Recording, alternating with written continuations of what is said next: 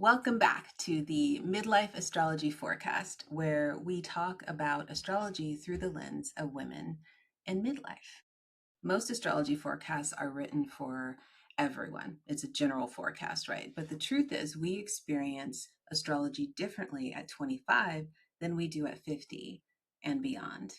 I actually consider astrology to be a game changer for women in midlife because it not only explains all the changes that we're going through, it shows you a clear path to your purpose for the next chapter of your life.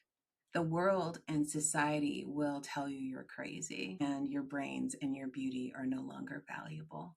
But astrology will tell you you're right on time. I'm SelfKarrie, and I've been using astrology for the past 15 years to help guide me through the major transitions in my life with much success. And now I'm using astrology to guide me through my next big chapter, midlife. And I'm using this channel to help you navigate this time along with me. Now, before we get started, please please share, and subscribe to this channel so you can get all the midlife insight astrology has to offer delivered straight to your algorithm each week. Now, we're going to talk about last week, and I actually will put it somewhere, last week's video, where we talked a little bit about Barbault's basket. If you have been in the astrology world at all, or just on TikTok or Instagram or social media, and you have been on the astrology algorithm, you have heard about Barbault's basket. So if you go to that video, you'll learn a little bit more about it. I'm not going to go into it here, but for those who watched it, I'd love for you to think back to last week, July 19th through the 25th, and tell me what happened in the comments. Did you have any opportunities that appeared last week? Did you have any conversations that stood out? Did you have any ideas that suddenly arrived? What suddenly felt possible? I have a couple of things that happened myself, and I can tell you about it, but I want to know how this showed up for different people, right? So let me know if you recognized or anything happened in this time period that you feel like was the beginning of Barbault's basket. Let me know in the comments. Now, Barbault's basket wasn't so much about like a sudden event that's happening. It was about the seeds, planting the seeds of what will be the next, 20 to 30 years of your life. Like a major turning point happened, and those seeds were being planted so that now you'll see the fruit of those seeds. And because it's a basket formation, there's this idea that it's coming to you. Something's being placed into your basket that wasn't there before. And now you have opportunities to go in different directions you didn't have. So it's not the finished story. It's just a first glimpse into the new direction.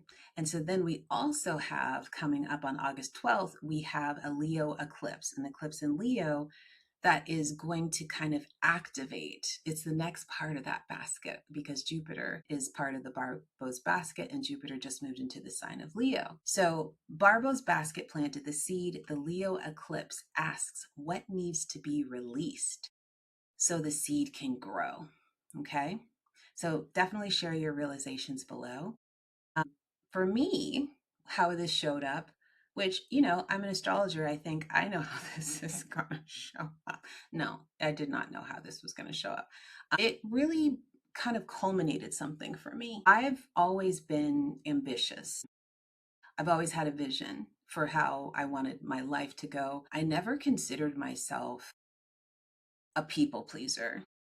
I mean, everybody's experienced just the societal conditioning of women to be fawners, to people please, just for survival. It's like there's this societal conditioning of women that we have to kind of like act real demure and kind of like have a softer voice and don't rattle feathers. We can be smart, but it has to be delivered a certain way, or else we'll be messing with someone's ego and therefore inviting danger unto ourselves, right? So it's literally a survival skill that women have been taught that we may not even be aware of. I don't think I was certainly aware. So what I'm saying is like, sure, yeah, I learned how to fawn. That was like kind of an organic thing that I picked up from society. That whole, you get more bees with honey thing. which was always told to women, but not necessarily told to men. But I never considered myself a people pleaser. And during July 19th through the 25th, I started to realize how people pleasing was actually showing up for me. I realized that people pleasing isn't always giving up your dreams. It isn't always like every person around me, I'm trying to impress them. Sometimes people pleasing can show up as feeling guilty about having dreams in the first place. Now, I want to illuminate this by talking about this dream I've had since I was 14. I've always wanted to be a screenwriter and write major motion pictures that would like help the world like towards social change. Like all my ideas were about how can this change the world. You know, my the movie that I saw that made like solidified this for me was the movie JFK, which was directed by Oliver Stone. I was about to say Oliver North. I'm dating myself. Okay, but it was directed by Oliver Stone, and it was like an all-star cast of like very popular actors at that time. Like Kevin Costner was in it, Tommy Lee Jones. I remember John Candy was in it. I think John Goodman was in it. It was just kind of like a who's who of who is an amazing, mostly male actors, you know, because this was the story about the assassination of JFK and the kind of players that were involved in that. But you know, when I saw that movie, that was the first time, like I'd always thought, oh, you know, movies are fun, that kind of thing. When I saw that movie, that was the first time that I thought a movie can take something that I believed or thought I believed. Like everyone, you know, I was 14 at that time. Of course, I had read and heard about the assassination of JFK and, you know, and that it was Jack Ruby who had killed him and all this other stuff, right? All that. JFK, the movie, was the first time, and it's fictional, that I thought a movie can change what I believed to be a historic fact and let me into a whole world of the possibility of movies being more than just like funny things to watch or like fun entertainment, but like actually have a social impact and change what I believed, what I fundamentally believed about myself, about society, about history. So that's when that spark started for me of like, I want to write films, I want to write stories, I want to write screenplays, television shows that make you question your own beliefs. Okay. And so when I went into undergrad and college, I went into the screenwriting program, and then I found myself though getting really interested in digital editing. It was the film program, but and screenwriting was one portion of it. But at that time, digital film was becoming a big thing, you know. And I went to this school specifically because like Spike Lee went to this school and like Martin Scorsese went to this school, right? So I got really interested in digital editing. I got interested in interactive media, like Second Life world building was really popular at that time, and it was so challenging for me because I remember even writing a paper about how we were all going to watch films on our computers. And at that time, like broadband, like there was this whole thing about like dial up was still a thing, you know, at that time. So I don't know what I was doing, but my desire to write films had gone beyond writing a 120-minute a script to how can I get people in that story and interacting with it, because that's the only way their minds are going to change. It's not if I like develop a story and just like, hey, this is what I think happened and this was my beliefs and this is what you should get from it. It was, I want them to get in it and have an experience completely not dependent on what I wanted them to experience. Like whatever their outcome is, whatever their outcome is. So that was in undergrad. And then years later, I won't say that I abandoned that dream, but lots of life happened in between, right? And I found myself doing less and less of that. And then Vancouver, in about 2020, I decided I wanted to go to Vancouver Film School up in Canada. And I thought I wanted to go into the television writing program. When I got there though, they had a video games program, which was part of it. And I fell in love with that. I fell in love with, you know, I remember back when I was in undergrad and I went to the SIGGRAPH conference and I was introduced to the game Halo. And it was the storytelling and the characters of Halo. I was just like, this is a game. Like, it's not like Tetris, you know, like a game can like make me question my own beliefs. Again, oh, hello, right? So I went and when I went to Vancouver Film School, I changed my major again. I went into video games and interactive narratives and environmental storytelling. So looking back now, none of those dreams were random. I see that now, but at the time I was terribly confused because I was like, first you started off wanting to write screenplays, now you're doing this over here. But what I see now with the activation of Barbault's basket and as an astrologer for 15 years at this point, every step was preparing me for this moment. It didn't happen when I thought it was going to happen. I was adding pieces to it. So, what I see now is spiritual entertainment, cultural preservation through digital interactive media, interactive storytelling, empathy that's cultivated through playing games, letting people experience another person's world is how you can actually change their minds or at least open their minds to another perspective. So Barbault's basket helped everything click together. That was the bigger realization. And I didn't come to that until I was almost 50 years old. I'm going to be 50 next month. So it wasn't that life had interrupted my dream, right?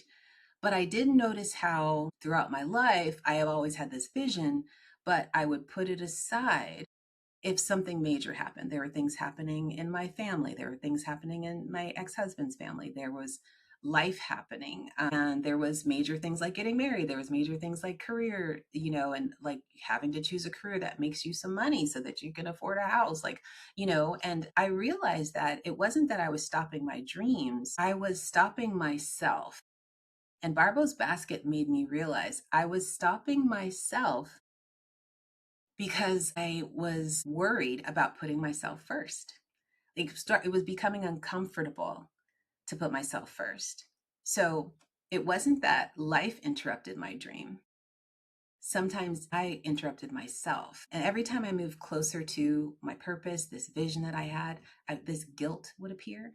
And I would question myself and I would slow it down. And instead, I would take on someone else's mission. I would help someone else. I would become their rescuer. I would focus on another person's needs. I would go to work for a foundation that was a topic that they were interested in. Like I would change my career trajectory to go in a direction that I knew I would be make more money there, or whatever it was. But that wasn't what was actually happening. What was happening was that I was helping wasn't the problem. I was getting too close to putting myself first, and that felt uncomfortable for me. The problem was I was using helping to avoid fully choosing my own life. One of the things I'm really coming into the age of 50 is autonomy is a real thing. And I thought because I was independent, I thought that I was a go-getter and ambitious, that I had naturally had autonomy. No, I do not. So this pattern is what is slowly leaving, but the awareness has to come first, right? And so then comes choosing myself without guilt, which started getting activated during Barbault's basket. Lots of opportunities started showing up. People that in prominent places started showing up, offering me, clear tracks to how this could happen. And basically, I have to focus solely on my vision. And there's no one around me now that I can like jump ship and be like, hey, let me just take over your life. Well, there are people I could definitely jump ship if I wanted to and focus on other people's stuff, friends and partnerships around me. But I'm not doing that now. I'm choosing myself without the guilt and recognizing that the guilt was the thing that was in play. It wasn't that life just wasn't showing up for me the way I wanted it to. So to bring this back to the eclipse that we're having in Leo on August 12th, eclipses don't only bring beginnings, right? They also reveal what needs to leave. Now, that could be relationships that you have or relationship dynamics, right?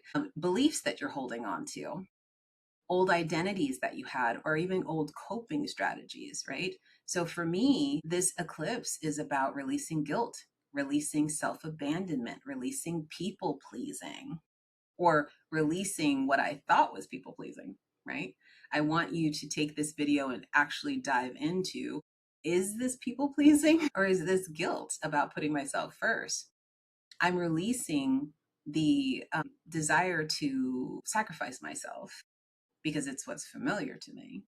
and rewarding too. Like we reward people all the time for sacrificing themselves. What do we reward women all the time for, like, she was a good woman because she basically just did everything for everybody. I'm choosing my own purpose, which feels selfish. Yeah.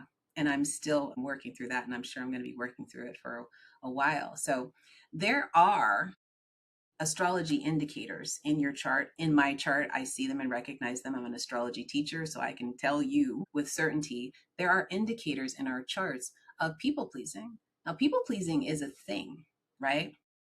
A lot of people suffer through it. And when you look at someone's chart, you're like, why would the chart put that there? This is just a coping strategy. No, it was actually put there for you to eventually at some point recognize so that you could work through it, right? So it's not like you're being cursed. It's that you've been given it because in this lifetime, this is something you need to balance, move through, use a different way. It's still a gift, but it's been being used in the wrong way.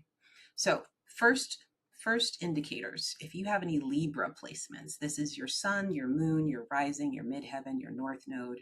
Those are like the Libra themes are wanting harmony, wanting diplomacy, wanting everything to be fair, considering everyone else, considering the other in partnership, right? At least Libra is the partnership sign. It represents the scales. Self-abandonment, losing yourself in relationships, right? This can lead to people pleasing because you're always considering, and there's nothing wrong with considering a partner or considering another person, but to the point where having harmony and balance is more important than you pursuing your own purpose. That is the problem. And so Libra is often feels off kilter, but the point is that it is meant to eventually come to balance.